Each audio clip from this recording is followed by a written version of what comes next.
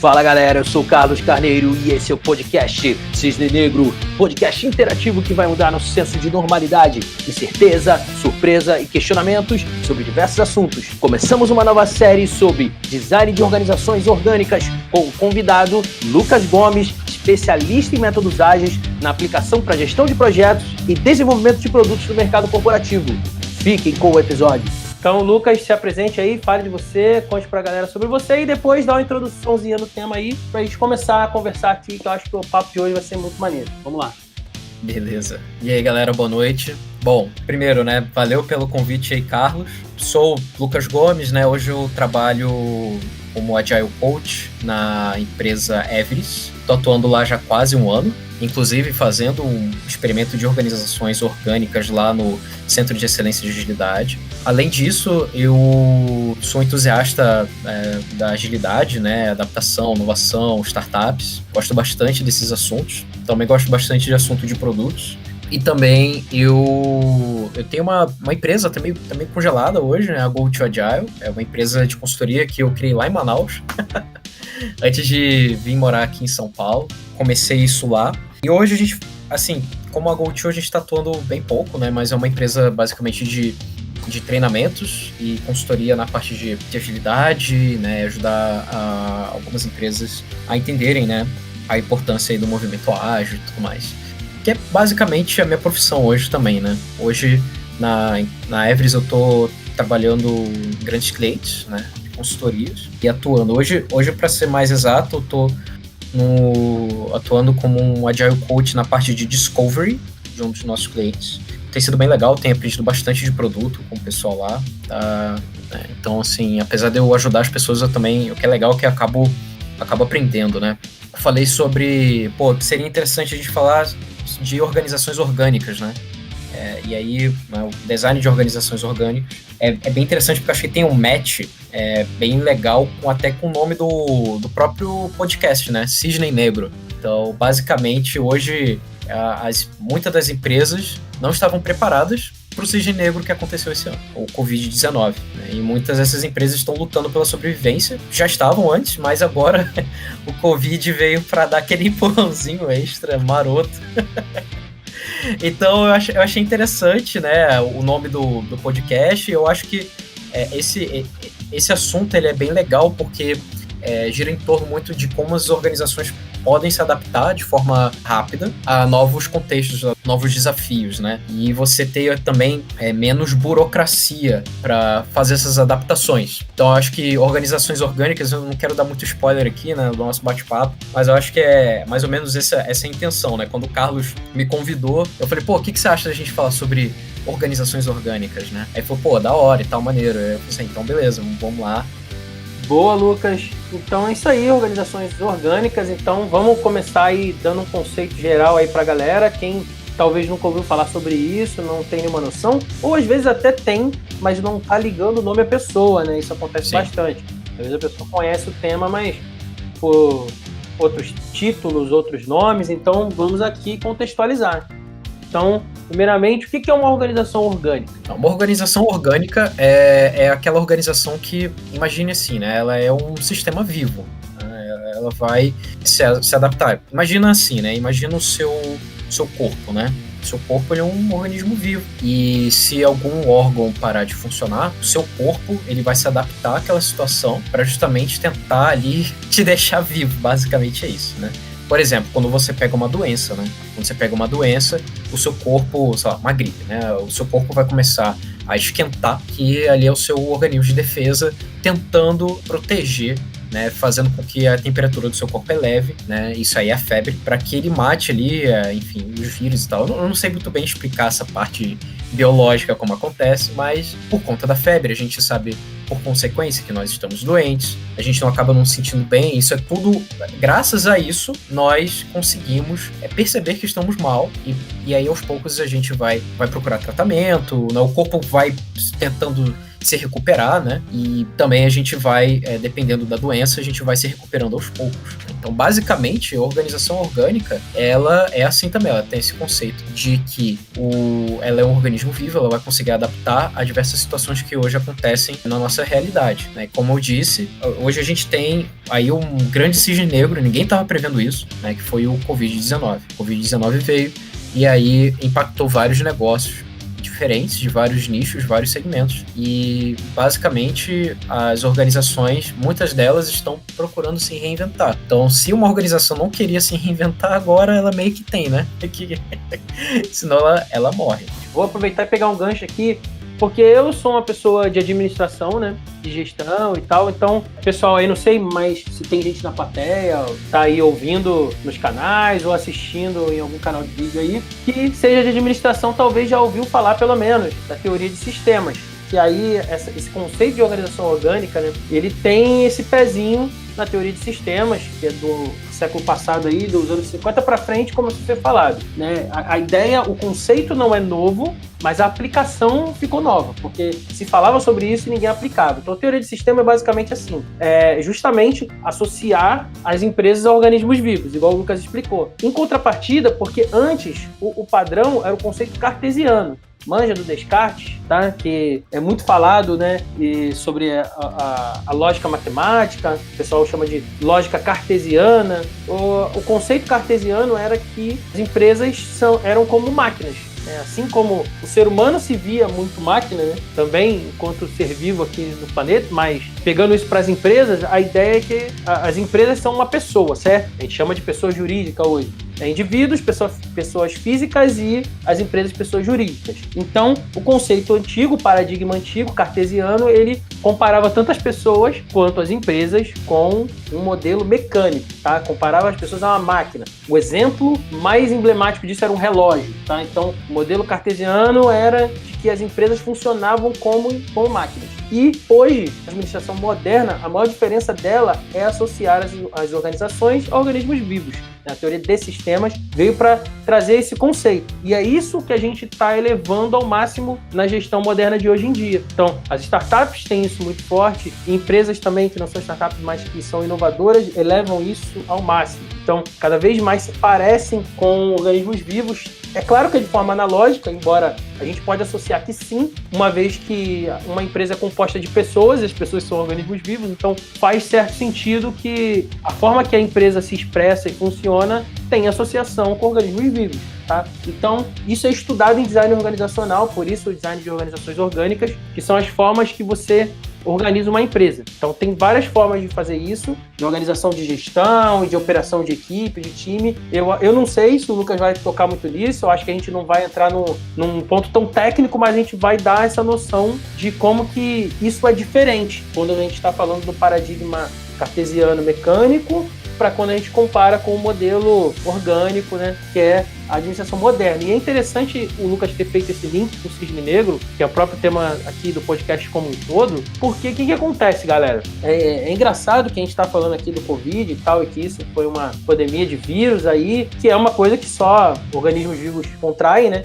Embora a gente tenha o paralelo na tecnologia, né, de vírus, leva o nome vírus de computador, justamente porque ele se comporta parecido com uma coisa orgânica, curioso, não? Mas são sim organismos vivos, e é interessante a gente falar disso, porque o que é a coisa mais importante no organismo vivo? Nunca foi o mais forte, o mais inteligente, mais esperto, não é esse que se dá bem, que leva vantagem, ou que se sai melhor, ou que sobrevive ao longo do tempo. A adaptação é a vantagem evolutiva orgânica. E é por isso que ele falou que as empresas agora estão tendo que se reinventar, porque agora quem se adaptar vai ficar vivo, quem não, já era. É como se tivesse tido um cataclisma no ecossistema aí ecológico, e mudou muito o clima, mudou os recursos, mudou tudo isso, e agora os organismos que conseguirem se adaptar a essa mudança, eles vão sobreviver e vão prosperar, e os outros vão morrer. É tipo assim, se tirar a água, o peixe morre, certo? Mas tem um bicho que é anfíbio, que vive na água da terra, então ele, teoricamente ele é mais adaptável, e assim vai, entende? Então modelos inovadores, modelos digitais, eles se provaram mais robustos, mais adaptáveis a mudanças bruscas no ecossistema de negócio. Com certeza. Então meio que fazendo aí um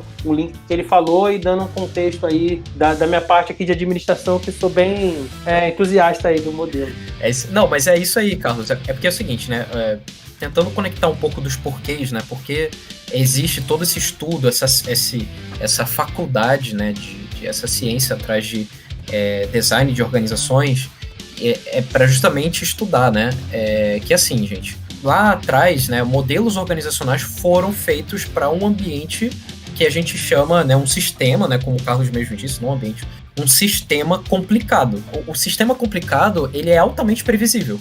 Você tem um input A, você sabe que vai sair output B. Basicamente é isso. Isso é totalmente previsível e controlado. Então, naquela época ali, nas revoluções industriais e tudo mais, eram feitos justamente esses sistemas, né? Como que as organizações começaram a se moldar nesse escopo de previsibilidade. E hoje, né? Hoje isso a gente sabe que não existe, é muito difícil. E veja bem, não é só por conta do Covid, não. Nos últimos anos, o Carlos sabe muito bem disso, as empresas têm tentado mudar para lidar com a imprevisibilidade. Como que as empresas elas lidam mais com essa incerteza, né?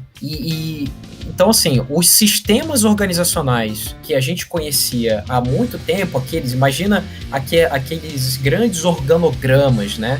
Onde você tem o diretor, aí do diretor, né, você tem os coordenadores você tem os gerentes você tem os líderes, e dos líderes vocês têm as pessoas que estão ali trabalhando, né, ali a base mais larga da pirâmide, né, que são os operários. E aí, assim, tudo tem um porquê, né? Naquela época não era tão imprevisível como é hoje.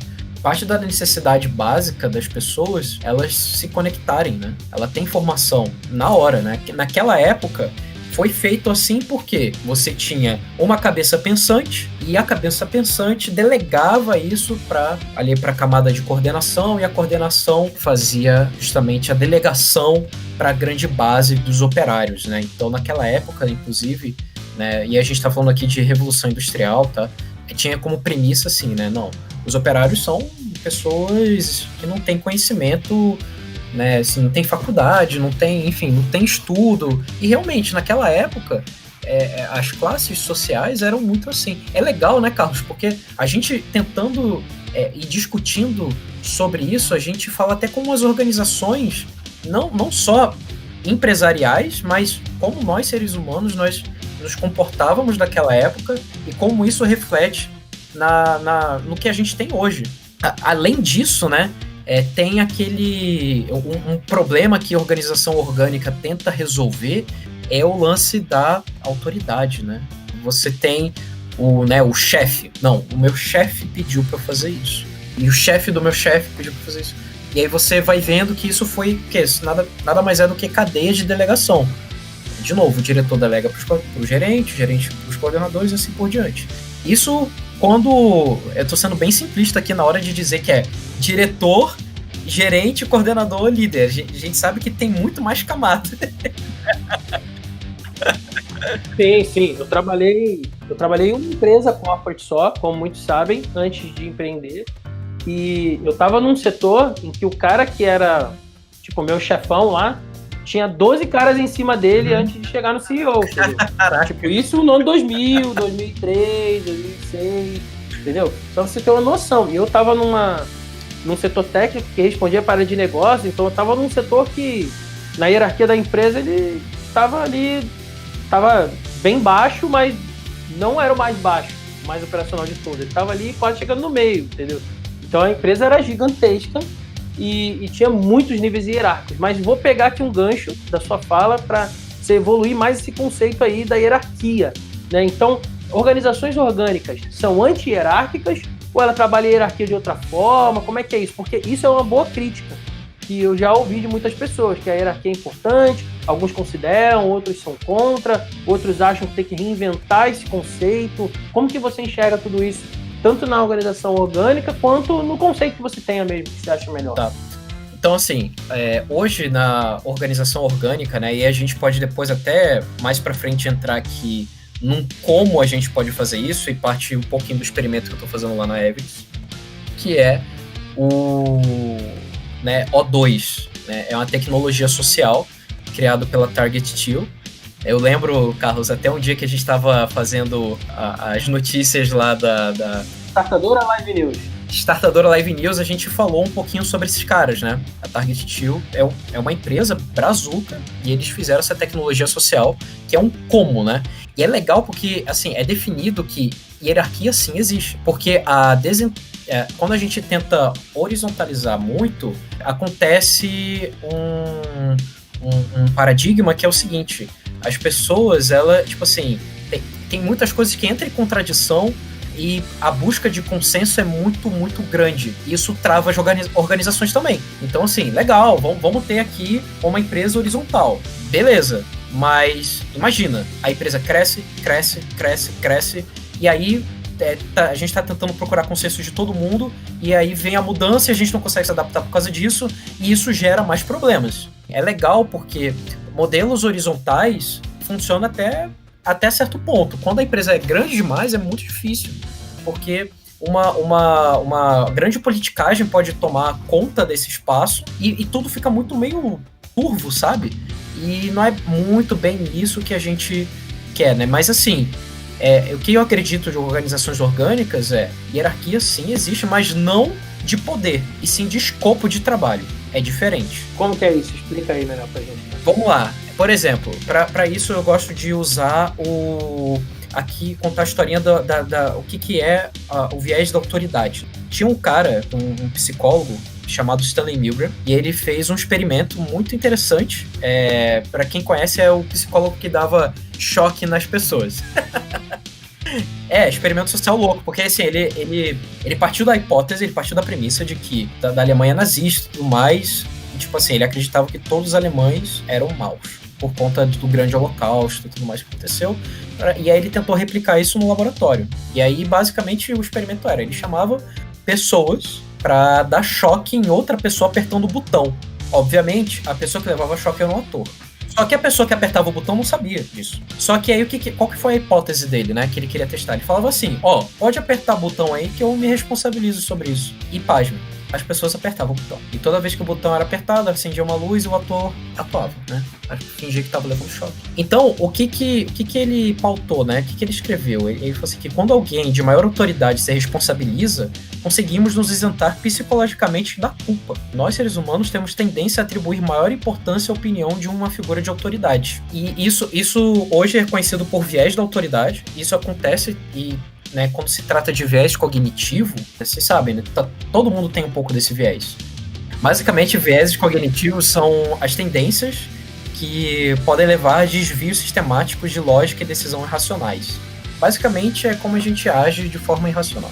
Achando que tá fazendo certo.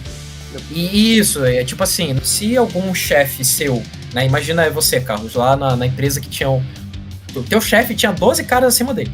O seu chefe, o seu chefe mesmo, seu superior, chegava com você numa sala e falava o seguinte: Carlos, eu quero que você tome conta do seu time ou de alguma pessoa ou de que alguma atividade seja feita. Pode ficar tranquilo que eu vou me responsabilizar por isso, você só precisa garantir que esse resultado seja feito. Muitas das vezes, nós não questionamos muito. A gente só aceita a opinião da pessoa porque ela está acima de você, ali vamos dizer assim, no organograma da empresa. Então, de forma inconsciente, a gente vai fazer isso. Ou, um outro viés cognitivo que eu gosto bastante é o viés da confirmação, por exemplo, né? Isso é discutido muito em startup, né?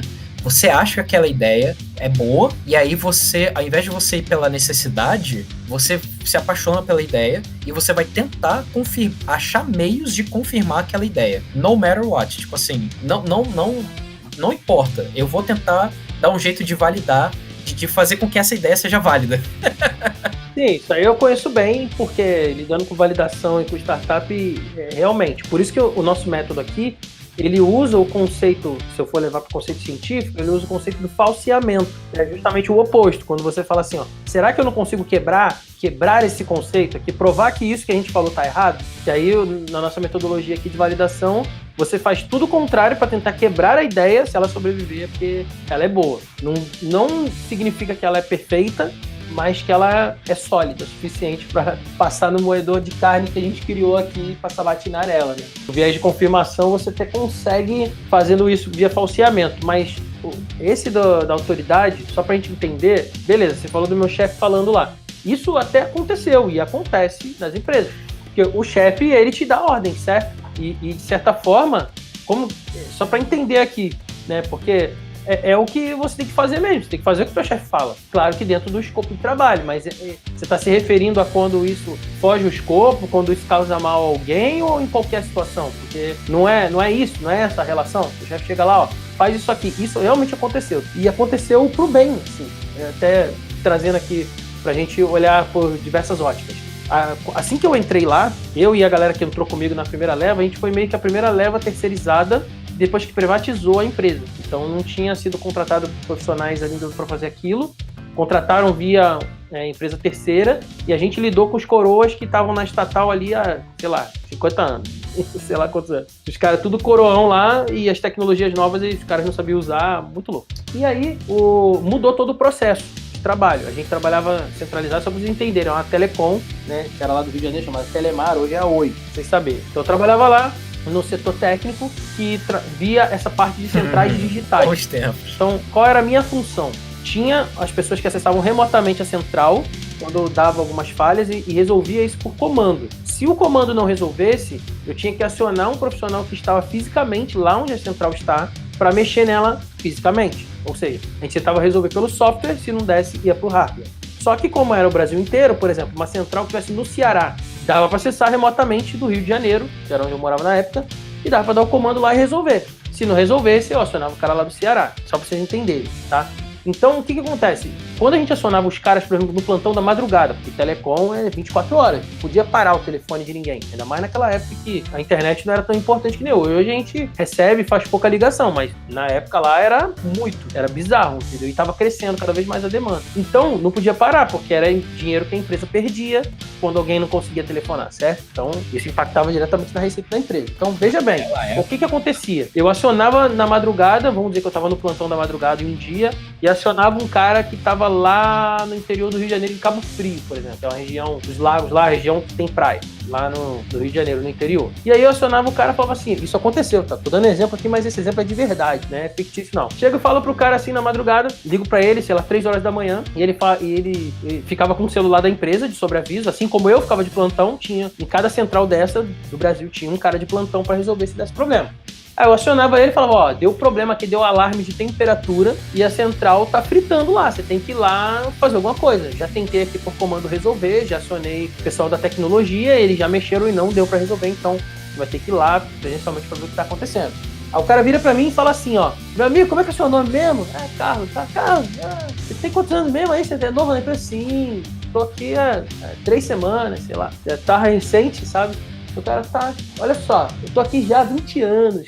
Cara, é o seguinte, deixa eu te falar uma coisa. Aqui é Cabo Frio, você sabe, perto da praia e tal, né? Quando dá umas 5 e pouca da manhã, assim, quase 6, rola uma brisa aqui e refresca. E aí a central, ela vai tudo refrescar e o alarme vai sumir. Olha aí. Entendeu?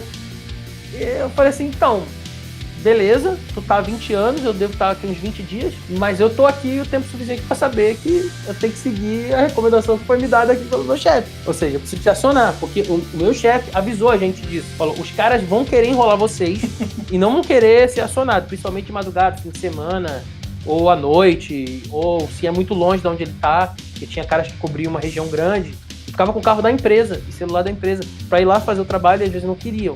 Então ele falou assim, ó, vai, se o cara falar que não vai, aciona, abre é que tinha lá o nome, né? Era o bilhete de atividade, né? Que era como se fosse a ocorrência. Abre a ocorrência pra ele lá, de que ele tem que fazer esse trabalho, se ele quiser ele encerra. E fala que não precisa porque vai ter a brisa lá, entendeu? Era basicamente isso que eu tinha que fazer, falar assim, ó, beleza, então se você tá tão convicto que vai bater uma brisa lá, encerra o boletim que eu vou abrir aqui colocando que vai bater uma brisa às 6 horas da manhã e nós estamos felizes aqui, todo mundo, entendeu? Então, assim, o meu chefe me deu o viés lá, falando assim, ó, faz que eu te dou cobertura. E depois os caras começaram a ir lá, presencialmente, onde a gente estava, querer saber quem era a gente, querer brigar com a gente, porque a gente não arregava e falava, mano, vou abrir aqui a ocorrência sobre isso. Se você fizer ou não fizer, é sua escolha. Não sou teu chefe nem nada, só tô cumprindo meu trabalho, entendeu? E olha só, o seu chefe, ele fez isso por uma coisa boa. Mas isso é um lance ético, pô. Imagina, se alguém pede pra você... Se alguém dá essa carteirada em você e fala algo, tipo assim, né? Algo que vai contrariar a sua própria opinião ou o que você acha que é certo, né? Mas a pessoa tá falando, ó, é melhor você fazer isso ou você vai perder seu emprego. Entendeu? Porque isso vai afetar a sua carreira e tudo mais. Cara, de novo, né? A organização orgânica, ela também vem um pouco para tentar resolver esse problema. Porque, assim, ainda bem que você recebeu, né, enfim, a cobertura para fazer isso, mas você mesmo assim não deixou de levar a carteirada. Levei, mas o meu chefe avisou que eu ia levar, que todos nós íamos levar. E tanto é que depois os caras das unidades próximas ali, de outras cidades, até longe, depois foram lá conhecer a gente no centralizado, que é como eles chamavam, né? A gente acionava todo mundo de tudo quanto era lugar. Os caras chegavam lá batendo na porta com força, abre aí, quem que é fulano? E nessa hora, o meu chefe ia lá receber ele na porta e entrava na frente, tá ligado? Falava, não, fui eu que falei pra ele fazer isso aí, vamos resolver nós. Porque vinha o chefe do cara também do outro lado, deu mó treta, mas é porque foi a mudança, entendeu? Aí olha só, aí isso se conecta à sua pergunta anterior, né? De novo, o lance da hierarquia, né? Tinha uma hierarquia clara ali, né? O chefe falava só com o seu chefe, a opinião do Carlos meio que não importava naquela discussão ali. Não importava. Então, a organização orgânica, ela vem para resolver, principalmente a tecnologia social O2, ela vem ela enxerga isso, a hierarquia existe sim, mas de escopo de trabalho e não de poder, né? Que isso aí claramente era poder. Um poder muito político, exatamente, né? Muito influente. Exato. Né? O cara falou, pô, tô aqui há 20 anos, conheço o teu chefe, o fulano lá é meu amigo, tipo, fica tranquilo, não vai pegar nada não, é ruim. O cara já me avisou, falou, abre lá. Se você fizer isso, não importa o que acontecer, tá tranquilo, vou te proteger. Mas se você for na onda dos caras, você tá lascado. Então, falei, ó, tô 20 dias, você tá 20 anos, mas nesses 20 dias eu já aprendi que eu tenho que fazer. Meu chefe manda aqui, entendeu? Muito bom. É engraçado, né, cara? Porque, de novo, isso puxa... E aí você imagina, né? Isso algum tempo atrás, né? O quê? Foi 9 anos atrás, Carlos? 2001? 2000... foi 2000. Tem uns 20 anos. 9, eu tô maluco, 19 anos. Tem uns 20 anos isso aí, só, né? Mas olha só, eu posso ter certeza que algumas empresas ainda são assim. Né? Então, hoje se fala muito, obviamente, né? Eu, graças a Deus, eu não participei de empresa que acontecesse esse tipo de carteirada, mas eu já levei carteirada já também. E provavelmente alguém que esteja aqui no canal tenha levado uma vez na vida. Ó, cara, eu faço isso aqui, né? Engraçado que isso de novo, né? Mexe com uma questão ética nossa, né? Mas é aquilo. O sistema, ele se adapta, né, não, Carlos? Poderoso, né? Ele é esperto. E aí, curtiu? Você pode acessar o Cisne Negro nas principais plataformas de podcast e também em versão vídeo no YouTube e no Instagram. Se quiser participar como convidado, indicar alguém ou acessar o nosso canal no Telegram, todos os links estão na descrição. Eu sou Carlos Carneiro e até os próximos episódios.